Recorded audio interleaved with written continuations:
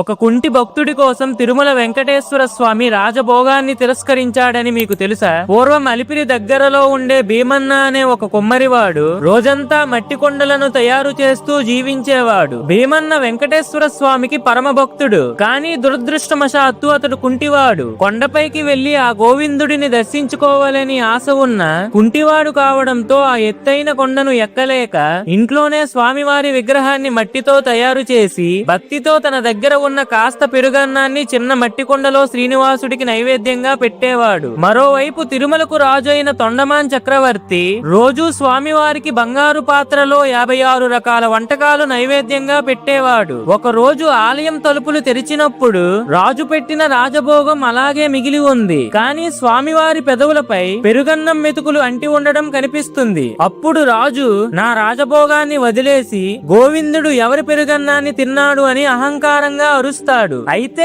ఆ రోజు రాత్రి వెంకటేశ్వర స్వామి రాజు కలలో కనిపించి, ఓ రాజా, నీ బంగారు పల్లెంలో వంటకాలు కంటే కుంటివాడైన నా భక్తుడు భీమన్న ప్రేమతో పెట్టిన పెరుగన్నం నాకు చాలా నచ్చింది. ఎందుకంటే అతని సమర్పణలో ఆడంబరం లేదు, కేవలం స్వచ్ఛమైన ప్రేమ మాత్రమే ఉంది అని చెప్తాడు. దాంతో రాజు తన తప్పు తెలుసుకొని ఈ రోజు నుండి స్వామివారికి మొదటి నైవేద్యంగా పెరుగన్నం ఒక మట్టి కుండలోనే పెట్టాలి అని ఒక రాజశాసనాన్ని రాస్తాడు. ఫ్రెండ్స్, గోవిందా గోవిందా అని కామెంట్ చేయండి.